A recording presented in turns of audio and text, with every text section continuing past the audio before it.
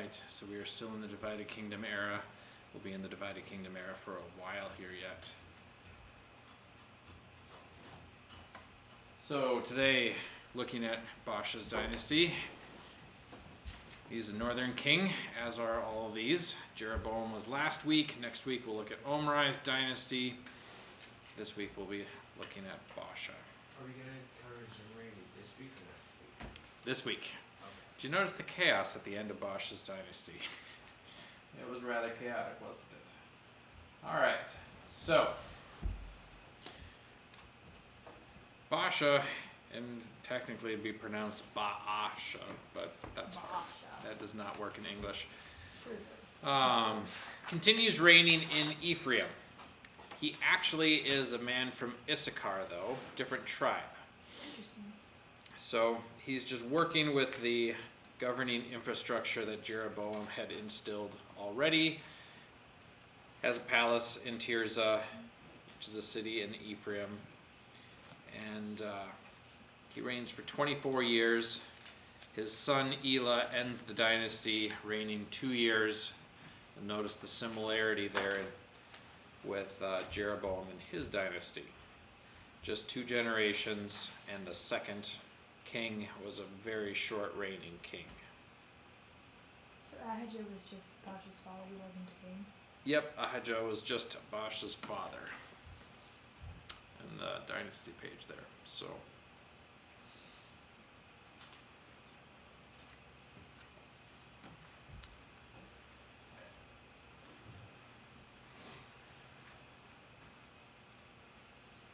does anybody remember who Baasha killed to ascend the throne? Who came before him?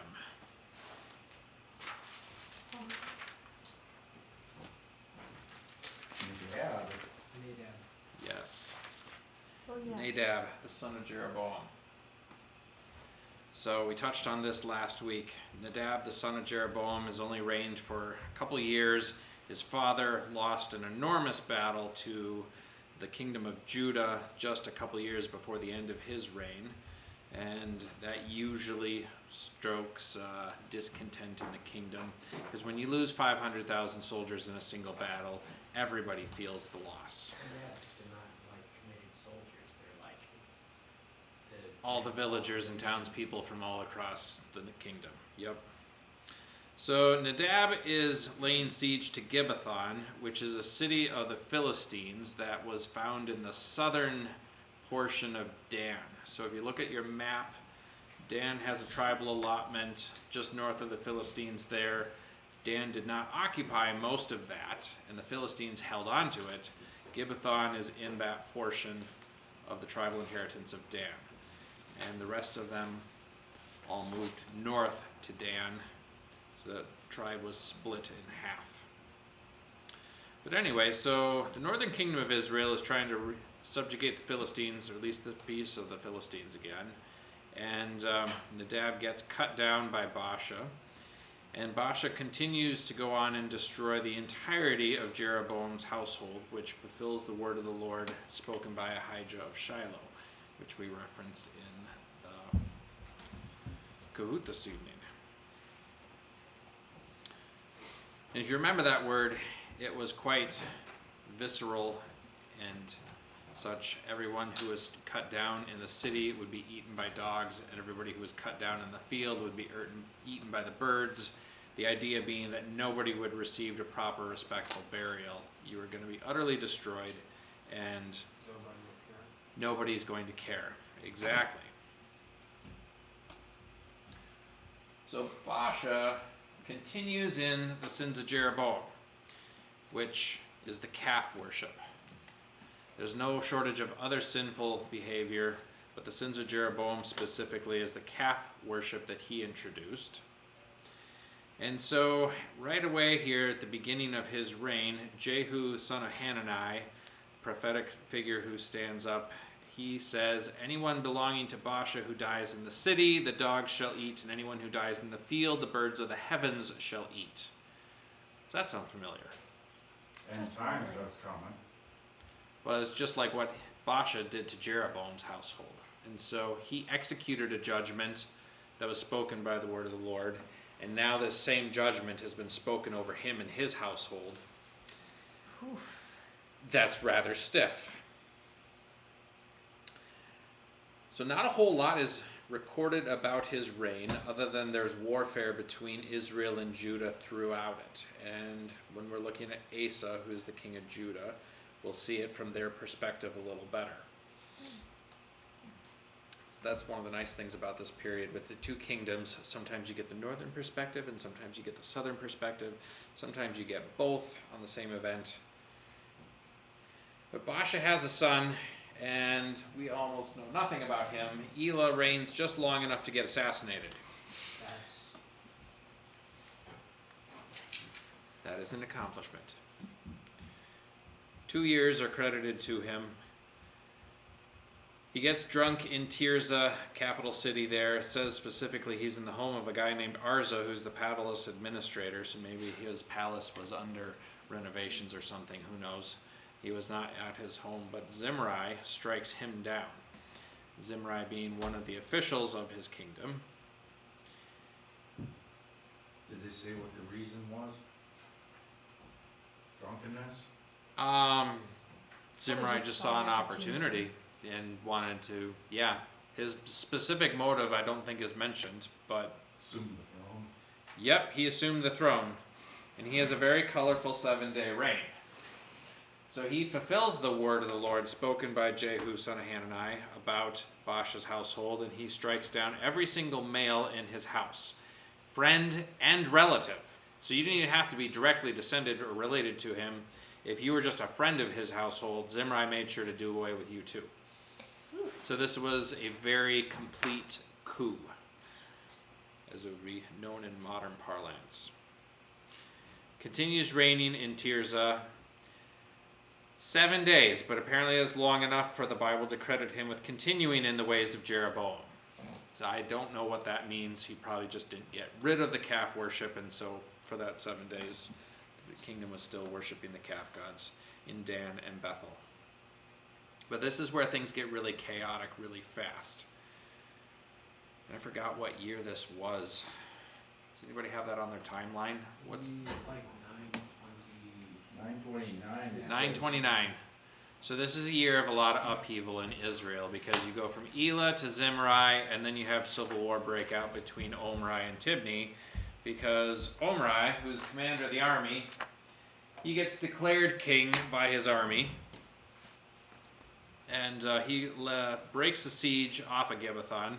Come back to the same city. Gibbethon of the Philistines is in the story here again. This is a whole generation later. Omri lays siege to Tirzah, which is the capital. Zimri proceeds to burn down the palace around himself and dies. Wait, who does that? Zimri, Good gracious. yes. So 7 days earlier, Elah was king. 7 days later, we've had a second king, and he's now gone, and we have Omri, who's claiming to be king, and the army's supporting him. But he's not the only person. He has a dual reignship. Yeah, he's not the only person claiming to be king. There's another guy, Tibni, son of Ginath, who also has claim to the throne. We don't know much about him other than that he had a faction supporting him, and they lost. So this is going to be probably the year 925. 4 years of civil war between Tibni's faction and Omri's faction. You knew how to deal with politics back then. Just get rid of the other party. Well, this was the genius of elections, actually, and they were wrestling around with this because the founding fathers of our country had seen and heard of all the revolutions that had happened in Britain, like That's like in France. and France. Yes, well, they were composing our Constitution before all the French Revolution, and so what they were looking back on was Charles I and Charles II, both of which I think lost their heads. Oh, And then there was the dictator in the 1640s. What's What was his name? Kill all opposition. Well, pretty much, yeah. If you don't like one faction and you want to rule instead, you have to kill off the opposing faction. And so that was why when John Adams became elected, or not when John Adams, when Thomas Jefferson, of an opposing political party to John Adams, won the election and John Adams was a president, that he peacefully left Washington, D.C. was a revolutionary thing in the world's history. The losing faction had never lost peacefully without war breaking out between the two rival factions. In the history of the world, that never happened before. And so as horrible as our election cycles seem, like, this is the alternative. Like, 4 years of civil war every time a king dies and we need to get somebody new on the throne. It's just like, the campaigns aren't just like political parties jockeying for support and votes. It was... All of a sudden, attack ads seem so horrible. Yes, attack ads are really tame because there aren't any pointy, sharp things on them. Kill No him one's- anyway. Yeah, exactly. So, I mean, and this is Israel. This is, you know, the children of God, so to speak. So to speak. Children of God. You know, they lost their way. Quite badly.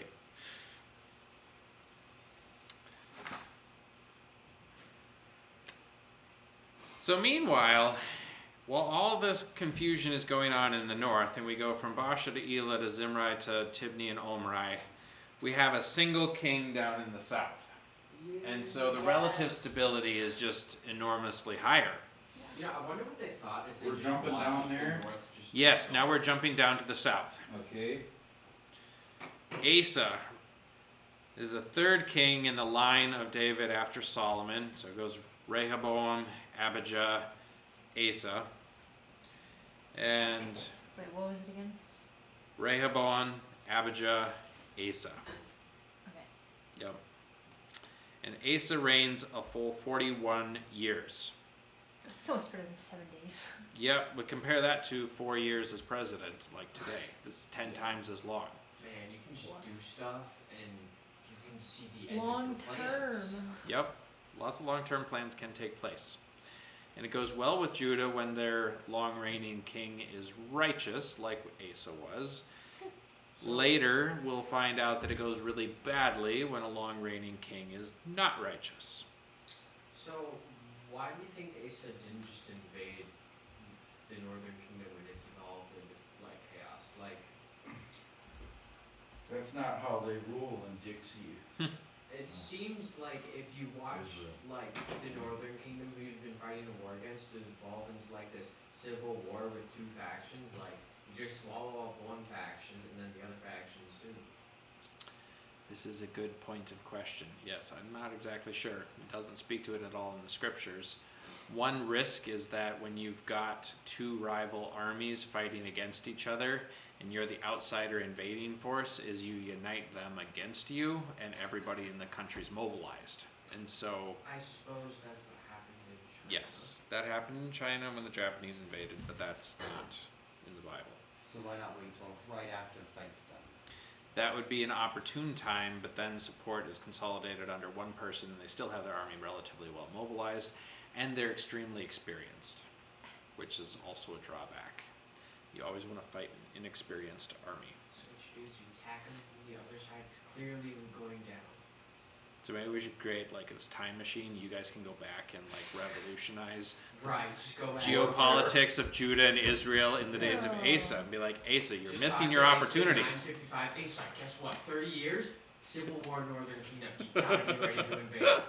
Write this down. Take them. All right. So, Asa's righteous king. He expels all the male shrine prostitutes that were in the land from the days of Rehoboam, and he gets rid of all the idols. And this is a good start to his reign. He cleaned the house up. He did clean the house up. And they had peace for 10 years, and he takes advantage of that 10-year period of peace by fortifying the towns of Judah. And it's also in this time frame that Jehoshaphat, his son, who's the next king over Israel, is born. Jehoshaphat was born in the 6th year of Asa's reign. After the 10 years of peace, though, he gets attacked by Zerah the Cushite. Does anybody remember where the Cushites are from? As in Africa. They are from Africa, yes. Africa's big. Aren't they from just below Egypt? Just below Egypt, yes. So in this time frame, there's a few dynasties of Egypt that were actually ruled by southerners, Cushites, the kingdom of Cush. The Egyptians walked away from their gods, and the Cushites decided that they needed to invade Egypt and set things right and get the Egyptians worshiping Egyptian gods again. That is the funniest thing to hear. That is Yes, because the the funniest Cushites were more Egyptian than the Egyptians were at this point. And they determined that that was not okay. Mhm. You don't often hear about people walking away from demons voluntarily. Yeah, it's when you walk away from the gods of your land when you either are invaded by somebody else's land or your priests are just claiming too much of your income to maintain Heck your with favor. this. Exactly. So anyway, Zerah the Cushite has not been identified in historical literature that I know of, but he attacks with an army. In the Hebrew it says thousands of thousands, which would imply in excess of 1 million men. So this is a very large army. Judah at this time has an extremely large army though, so they're not outnumbered that badly. It's only about 1.5 to 1. Oh. So the odds are not terrible. But he calls on the Lord, and Judah defeats the Cushites, completely routing them, gaining tons and tons of plunder. This was a very good victory for Judah. Goes well for them. Cush was apparently trying to expand out of Africa and start marching towards the Fertile Crescent. Right after this, an obscure prophet by the name of Azariah, the son of Oded, prophesies, the Lord is with you, everything will go well with you as long as you're following the Lord. If you forsake him, he'll forsake you. But this prompts a further cleansing of the land and further reforms. They saw the deliverance of God and they all devote themselves to him more religiously, so to speak. And they celebrate the Feast of Pentecost with all the spoils. They offer up lots of sacrifices. They repair the altar of the Lord that's in front of the temple. Things break down, even things that Solomon made. He goes further than he did before, and this is the time that he cut down his grandmother's Asherah pole. His grandmother was Maacah, who I believe was Rehoboam's wife. And she apparently was still quite influential. She was the queen mum of Abijah and the queen grandma on Asa in his reign. So he breaks her influence and they get rid of all the idols in the villages. And Asa had seized villages from Ephraim at some point in his life and during his reign. And so they started cleansing not only Judah and Benjamin, but also Ephraim. And there's a verse here that popped out at me, because remember how you have the northern kingdom and the southern kingdom, and in theory the southern kingdom is just Judah, but it's really Judah and Benjamin, but Simeon's also down there, and then the Levites also joined them. And then it even gets more mixed up here. In 2 Chronicles 15:9 it says, Asa gathered all Judah and Benjamin, and those from Ephraim, Manasseh, and Simeon who were residing with them. For great numbers had deserted to him from Israel when they saw that the Lord his God was with him. I remember that verse. I thought that was interesting. Yes, this is very fascinating. It's kind of like the popularity contest between Judah in the south and Israel in the north, because you've got two countries that are culturally very similar. They have the very same heritage. It's kind of like if you can imagine if the South had actually won the Civil War and you have two American countries and people can go back and forth between them. That didn't happen. When Vietnam split up, people in the north voted with their feet and moved down to the south, hoping to find, yes, that's what they say. 1 million people emigrated from North Vietnam down to South Vietnam before the Vietnam War broke out. Wow. So then the north decided they had to chase them down. Well, this exodus actually sparks a war with Baasha, who's still on the throne, up in the north. So Baasha tries to fortify the southern border, seal it off so that nobody can get through. Nobody from Judah can come to him, and nobody from Israel can go down. Why does that sound familiar? Yes, Baasha's trying to seal off the southern border. There's nothing new under the sun, just like Solomon said. Fortifications kind of go two ways. They're difficult to attack, but they also can be a base of launching an invasion. And so Asa makes a treaty with Aram. And this is where you've got your map. Does Damascus on that map to the upper right corner by chance? I'm not seeing it. I don't see it, I could have the wrong man. I have the right map out and I don't have the right city on there. So, just a little bit further up off the map is Damascus. At the top? Yep. In the northeast. So closer to the Mediterranean. Nope. That'd be the west. Oh, yeah. Yep. Anyway, so it's the same city of Damascus that we have today. Paul goes to Damascus. Like, Seems like that. it's one of the oldest continuously inhabited cities in the world, actually, I think. Are you serious? Yes. So Damascus is the capital city of the Arameans, and that's who Asa's making a treaty with. The Arameans are descendants of this guy, Laban. Remember him? Yes. Yes. So this is where that border that Jacob and Laban set up comes into play. That was on the map in the tribal allotment of Manasseh up there by, what is that city? Ramoth Gilead, in that neighborhood. Anyhow, so Aram is a relatively new kingdom here though, and they have been moving south, I think, because they get mentioned in David's reign, but he had them subjugated pretty thoroughly. Now they're an independent kingdom. They're no longer paying tribute to the Israelites. And Asa pays them off to go attack Baasha. And this is a very successful campaign because they strip a large portion of Galilee and part of Asher and also Dan away from the northern kingdom. Dan?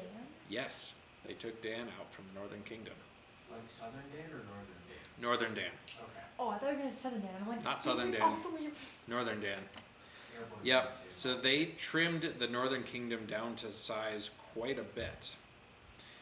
Asa then conscripts every human in the southern kingdom to carry off all the building materials that Baasha had accumulated, stone and wood, and they carry it off and use those materials to fortify cities in Judah.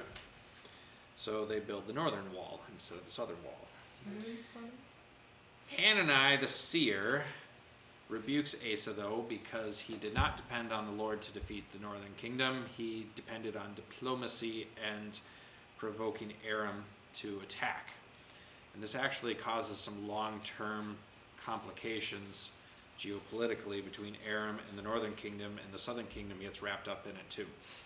So this is actually the beginning of a large complicating factor. So a seer. What makes a seer? A prophet. They see things. Yes, they see things. Yep, they're like a prophet, but they're more visual. So they have visions more so. Samuel was known as a seer. There's a few people that are referred to as seers. And it sounds like it's some archaic Hebrew word that we don't have translated into English very well, but it actually is just simply one who sees.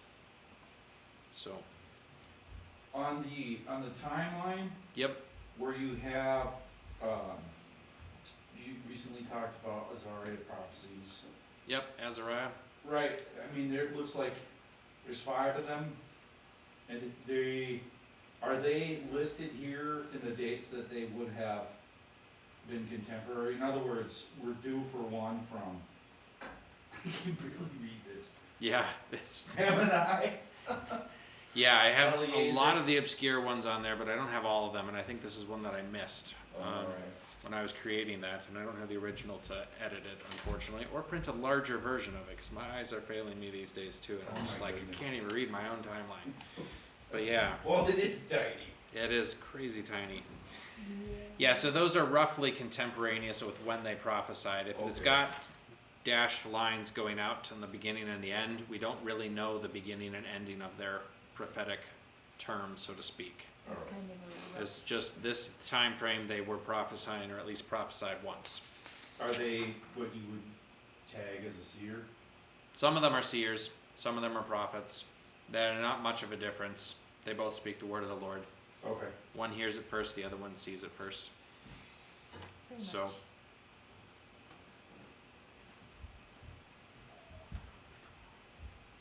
Some Alright. are Sears, some are Macy's or JCPenney.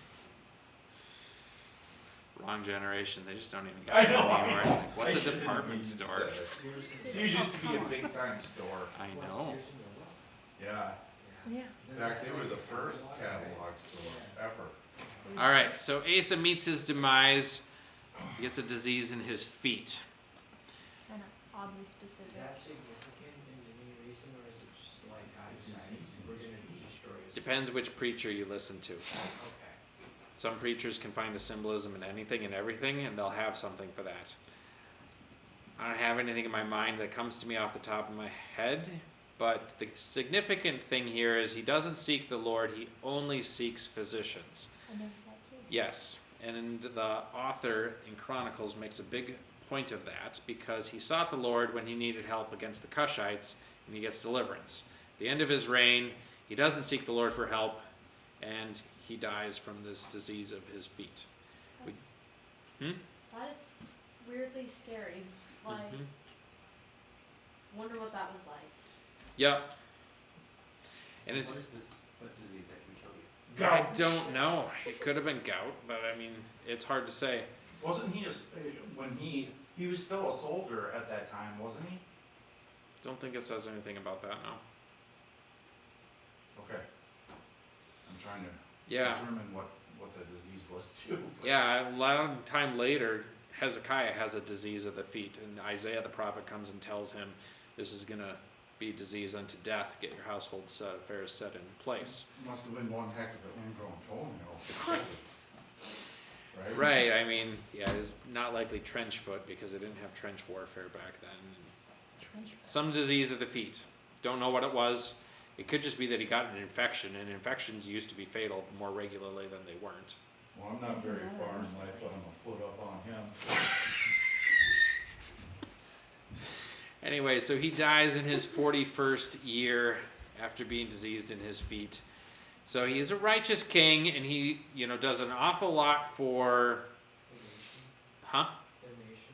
Yeah, for the nation of Judah, getting rid of the idols, getting them worshiping the Lord, see a major deliverance, stays out of all the civil war and all the internal conflicts of the north. And he does invite the kingdom of Aram into the fray, but anyhow, so it is a little bit of a mixed reign at the very end of his reign. So unfortunately, he doesn't continue seeking the Lord to the very end of his days. All right, so let's review. Way before David, who was the first king over Israel, Saul. And then we have David. David's son is Solomon. And he's the last king over the United Kingdom. So then in the north, who's the first king in the north? Jeroboam. And his son is Nadab. Nadab gets assassinated. Baasha. Baasha, And then it's Elah. Elah. and then Chaos ensues. Okay, chaos. Zimri, Omri, and Tibni. All in the Yeah. same year. All in the same year. Oh gosh. This happened to the Roman Empire from time to time, and they survived it. So I mean, didn't they have like the three guys all trying to be empire? Like, are you talking about Rome? yeah. Which time? We had that in the United States a few years ago. You're regressing now. Yes, you're regressing horribly. So, Southern Kingdom. Solomon's son, who loses most of the tribes, was Rehoboam. His son is Abijah. Abijah. Yeah, so There's a there's lot of A names. a lot of A names. I thought my family was hard. No, Abijah, This is- Ahijah, Asa. Asa, Arza. Arza. Arza. Yeah, that's where Elah gets assassinated. Arza's household. Azariah. Oh. Real minor character, but he gets mentioned in the Bible. He's got to be. That's cool. Yes, and then after is Abijah is Asa, Abijah. and the next one we'll learn about next week is Jehoshaphat. Jehoshaphat. I always Yes. thought that's a fun name. Yep. I was just thinking that. Jehoshaphat. Yes. Reminds me of the Jumping Jehoshaphat. Huh? That is an old saying. Expletive without swearing. Jumping Jehoshaphat. Okay. It's It's like 150 years old. Have you heard that one ever before, Alex? Say that again, I'm. Jumping Jehoshaphat? I don't think so. It's really funny. Is there a story that goes along with, or is it? No, I just I've heard it a few times. I've I'm seen gonna it. start saying that. Who's, Yeah. who said that? Who said it that you know? That sounds like who is, One of your relatives. yeah, one of your like uncles or great uncles. So the only thing that I can reference specifically, you know, the Back to the Future trilogy. Oh, yeah. So there's a cartoon that comes after that that was popular when I was a kid, and so we watched Back to the Future, the cartoon, and one of the episodes, one of the two kids of the doc goes back in time because he doesn't like his name because they were named Jules and Verne after Jules Verne, and I think Verne goes back in time to get his name changed and finds out his mother wanted to name him Jehoshaphat and decided Verne was much better, so he goes back forward in time, but then his dad, Doc, you know, yells out, "Jumpin' Jehoshaphat," and he's like, "Are you calling for me?" And he's like, "No, I'm just upset over this hammer that broke," or something like that. That's the only time I can specifically reference, but I've heard it more frequently.